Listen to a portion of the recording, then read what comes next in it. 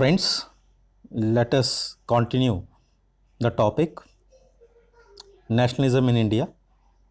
We are on the topic 3, civil disobedience movement. Okay, now we continue this topic. Last topic में जो है हम पहुंचे थे the salt march and CDM, किस तरह से चीज़ों को रिफ्यूज़ करते हैं और लास्ट में गांधी जी ने जो अल्टीमेटम दिया और जब उसको रिफ्यूज़ किया गया तो then Gandhi ji started CDM, civil डिसऑबिडियंस movement. कैसा होता है, किस तरीके से गांधी जी इसमें रोल प्ले करते हैं, now let us see. On January 31, 1930 Gandhi ji letter एक सेंड करते हैं वायसराय इरविन को, जिस लेटर पे 11 डिमांड्स लिखी होती हैं। और ये जो डिमांड्स थी इट इंक्लूड्स वाइड रेंजिंग,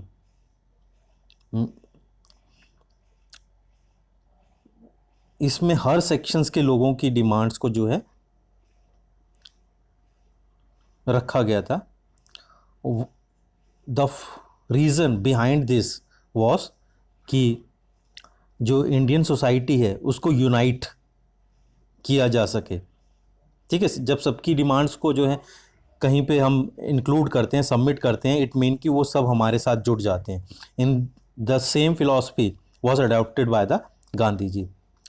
उसमें से कुछ डिमांड्स जो हैं वो बताई गई हैं, जैसे कि एबॉलिशन ऑफ सॉल्ट टैक्स, और दूसरा कि लैंड रेवेन्यू में कुछ जो है चीज़ों को जो सुधार चाहिए उन चीज़ों को जो है सुधारा जाए, उसको फिर से देखा जाए। बट होता क्या है, जो ये डिमांड्स हैं वो एक्सेप्ट नहीं की जाती हैं वायसराय के द्वारा। देन 11 मार्च गांधी जी गेव अल्टीमेटम। ठीक है, गांधी जी एक अल्टीमेटम मतलब लास्ट वार्निंग जो है दे देते हैं कि अगर उनकी इन डिमांड्स को नहीं माना जाएगा तो कांग्रेस क्या करेगी, सीडीएम, सिविल डिसऑबिडियंस मूवमेंट को लॉन्च कर देगी, स्टार्ट कर देगी। ठीक है, तो इस पे इरविन जो है वायसराय, ये क्या होता है, अनविलिंगली टू नेगोशिएट, मतलब ये नाकार देता है इसको। तो अब जो गांधी जी ने कहा था कि कांग्रेस जो है सीडीएम लॉन्च कर देगी, तो अब टाइम आ जाता है सीडीएम को लॉन्च करने का। अब यहाँ पे क्वेश्चन आता है कि गांधी जी ने सॉल्ट को ही क्यों जो है सिलेक्ट किया एक इम्पॉर्टेंट वेपन की तरह सीडीएम में। अब इसका जब क्वेश्चन आता है तो हम किस तरीके से आंसर लिखेंगे, at that time we can write these points. Okay, किस तरीके से, पहले कि Gandhi ji selected salt as salt was something consumed by rich and poor। देखा, ऐसी चीज़ जो रिच और पुअर मतलब सारी सोसाइटी को जोड़ दे। ठीक है, all had to pay taxes to government, और सबको टैक्स देना पड़ रहा था। This is a common thing, तो that's why Gandhi ji selected this salt as a symbol. Okay, second thing, government had monopoly, मतलब पूरी तरीके से जो है ब्रिटिशर्स का कंट्रोल था सॉल्ट बनाने पे। ठीक है, उसके अलावा कोई जो है अदर प्रोड्यूस नहीं कर सकता था सॉल्ट को। तो अब सीडीएम जो कि क्या था कि अपने आप में कि हमें डिसओबे करना है।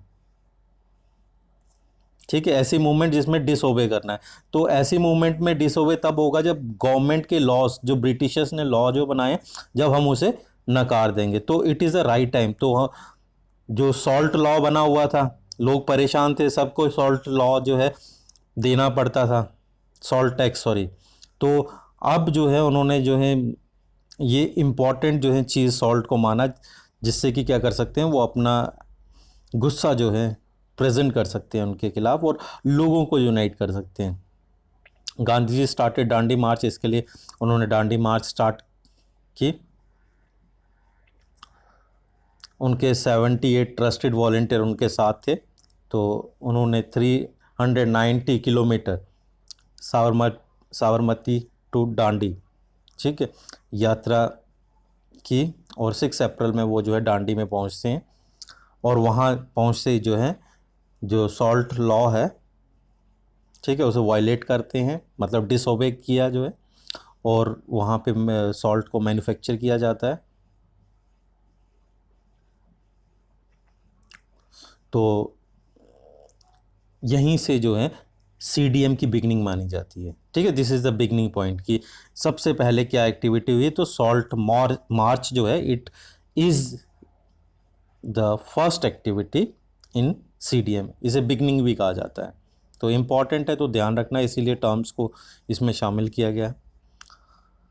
तो अब है कि how CDM was different from NCM, क्योंकि NCM पहले हुआ, अब CDM आया। अब NCM और CDM में क्या डिफरेंस था, क्या कैसे वो जो है एक दूसरे से अलग थे, तो यहाँ पे उसी को जो है डिस्कस किया जा रहा है। तो देखते हैं कि NCM do not cooperate with Britishers. तो NCM में क्या, कोऑपरेट नहीं, नॉन कोऑपरेशन मूवमेंट ना, कि मतलब कोऑपरेट नहीं करना। पर CDM क्या था कि कॉपरेशन तो करना ही नहीं है, बट उसी के साथ साथ जो कॉलोनियल लॉज हैं, रूल्स हैं, उसको भी डिसओबे करना है, ठीक है। जिसमें कि हमने पहले ही जो है सबसे पहली एक्टिविटी पढ़ा कि किस तरह से सॉल्ट को जो है बनाया गया, मतलब सॉल्ट लॉ जो है वो ब्रेक किया गया यहाँ पे। उसके बाद जो है फॉरेन क्लॉज को और लीकर शॉप को, शराब की दुकानों को जो है बाइकआउट और बंद करने के लिए जो है कहा गया। और जो पीजेंट्स, किसानों को जो चौकीदारी टैक्स जो है देना पड़ता था, उससे उन्होंने रिफ्यूज़ कर दिया। मतलब कोई भी यहाँ पे क्या चीज़ बता रहे हैं कि डिसओबे कैसे किया गया। देखो, पीजेंट्स का जो टैक्स जो है उनको देना पड़ता था, वो उन्होंने वो कहा कि हम नहीं देंगे, रिफ्यूज़ कर दिया, ठीक है।